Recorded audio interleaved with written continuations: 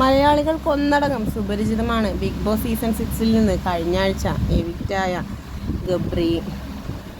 ഗബ്രിയും ജാസ്മിനും തമ്മിലുള്ള ആ ഒരു റിലേഷൻ കാരണമാണ് ഗബ്രി എവിക്റ്റാവേണ്ടി വന്നത് എന്നും ആരാധകർ ഒന്നടങ്കം കമൻറ്റുകളുമായി എത്തുന്നുണ്ട്.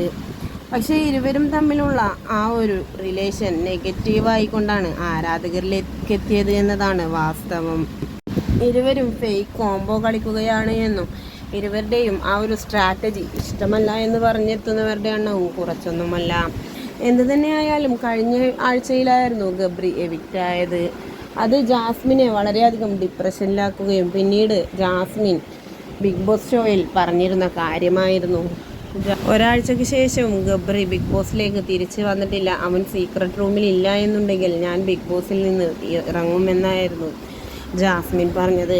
ഇപ്പോഴിതാ കഴിഞ്ഞ ദിവസമായിരുന്നു അതിനെ പറ്റിയുള്ള ചർച്ചകൾക്കായി ഹോട്ട്സ്റ്റാറിൽ ലൈവിലെത്തിയത്.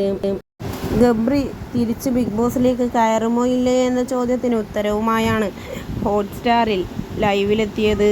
എന്തു തന്നെയായാലും ഏഷ്യാനെറ്റാണ് തീരുമാനമെടുക്കേണ്ടത്. അതുകൊണ്ട് തന്നെ ഗബ്രിയെ ഉള്ളിലേക്ക് കയറ്റുമോ ഇല്ലയോ എന്ന് കണ്ടു തന്നെ അറിയാം.